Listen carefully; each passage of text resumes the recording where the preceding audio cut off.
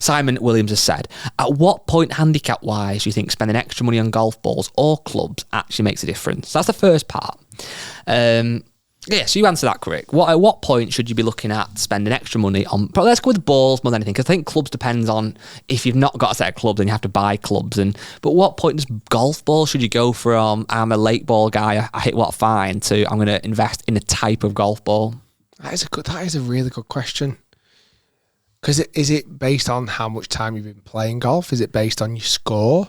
Is it based on what you want to achieve in your golf? Golf balls plays a huge factor, as you and me know. And I think where golf ball really starts to kick in is when you start to identify different feels of golf balls, I would say. Because, I know certainly a brand new golfer, I could get them to hit 10 different types of golf balls, from the softest feeling one to the hardest feeling one, certainly around chipping and putting. And I reckon they wouldn't really know the difference in feel. It's a bit like, for argument's sake, I know you're not a huge wine drinker, but if you started to drink wine or a coffee drinker... I'm neither of those, but yeah. But let's say you started drinking coffee. I could give you the best of the best of the best of the best coffee and the worst coffee. I wouldn't know the difference. It tastes the same to you, wouldn't it? Same with wine. Yeah. Like, when you first start tasting wine, it's like, well, that's just red wine. It all tastes the same. But when you start to taste different flavors from different regions, from different years, you're like, whoa, there's a big variety and a big gap. I would explain that same with golf balls. I think at first, when you first start playing, you can't really tell, can you? No. There's no point whatsoever in spending £4 on a Pro V1. No. 0 It's going to go in the trees. 0 point. But also, I'd be very careful of late balls or balls that might influence your playing ability and might, deviate offline. You want something that's kind of in that middle range where it's cheap golf ball, but it's good quality. Yeah. And then once you start to understand the feel of that golf ball, go, well, actually, you know what? I actually found another type of golf ball, one of these £2 golf balls, and gone, I like the feel of that a little bit better. Maybe I'll invest in that brand. No, I think it comes with taste and almost being able to feel the difference. You literally sometimes taste a golf ball, don't you, by biting it? Yeah. You're very taste orientated. You like a lemony Pro V1, don't you? I love one that's been found in a lake that's at least three weeks in the lake. A little bit salty.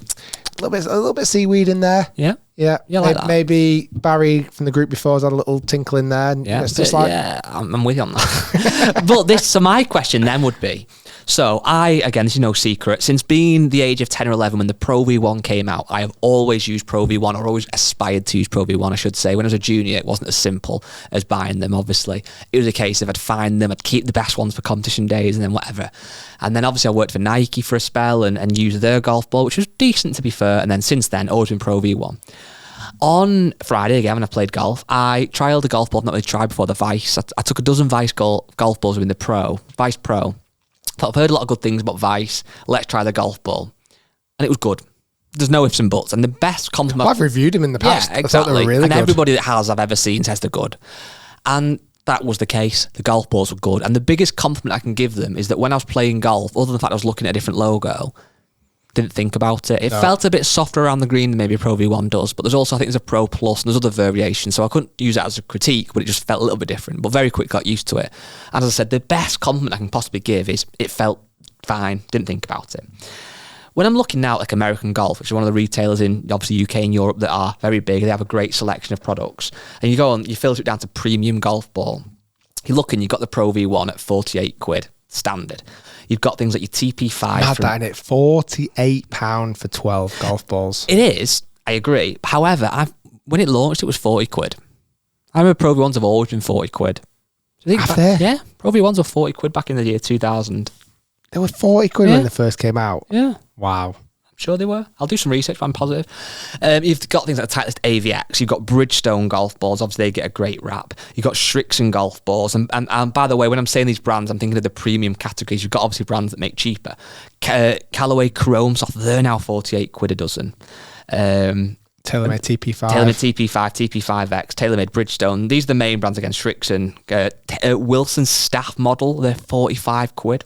That's a tough price point for them, isn't it? Very tough. And basically, those are the main brands they've got. But anyway, there's multiple brands.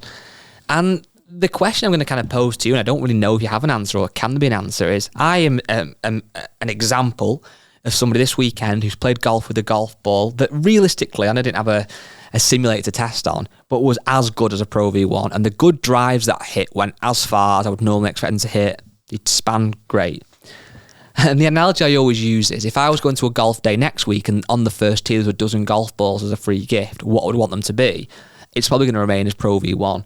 And, you know, I've used Vice, they were brilliant. TaylorMade, TP5, I've used those before briefly. They were great. Bridgestone are great. Like, what do these golf brands have to do, or can they, to change people's perceptions? Maybe it's just me. Maybe I'm insular in this. Maybe more people are willing to try.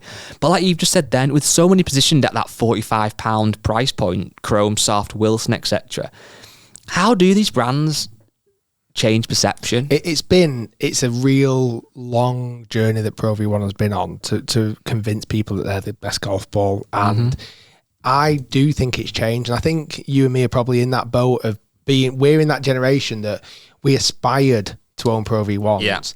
There's a new generation coming up behind us that's not been the case. Yeah. TP5 might be their ball that they aspired to. You know, it might be the fact it's a Callaway. It might be the fact it's Vice. It might, you know, it could be a multitude of different brands. And you've seen that in market share as well. Yeah, Pro V1 does not have as much market share anymore as it used to have. But yeah, it is time, and it's trust, and it's making reliable golf balls for a long time and not changing the brand too much. And I think a lot of brands have now learned that. Like, how long now have TaylorMade TP5 had TP5 in the family? It's been a long time now, hasn't it? Yeah. Chrome Soft has been in the family line for a long time. I can't think. Z-Star. Ages, yeah. And I think they're learning now from Pro V1, the Titleist Pro V1, the success of it, is that you need these golf balls to be in the cycle for a long time to get real traction. Because you know what's funny is it's a good point, that, because again, when I used to work for Nike, they were forever changing the name of their premium ball until they landed on the resin, which remained for a number of years until they exited the category of club and ball. But if you think about a lot of golfers who are somewhat casual, you might play a lot one year and you might buy a few boxes of balls, and the next year you might not play very much. You might still have them golf balls left. I know we lose a lot very quickly, but you might do. So not a lot of golfers are in the market for golf balls that often. So if your golf brand is changing every 2 years, it can be very confusing as a consumer to know, what is the premium ball by Strixon now, or what is this? So you just go to a brand that you know, that you kind of trust. But brands like Kirkland have done well, haven't they, as well? Really They've come out with I think that's a big thing. If you can produce good balls that are cheaper, which again, Vice have done, to be fair. I think with Vice, if you buy them in bulk, you get them cheaper. That's their model. I think people are leaning towards that. If the quality can remain good, but price point drops a bit, you're onto a winner. Again, that's the direct-to-consumer model as well. They've been able to do that.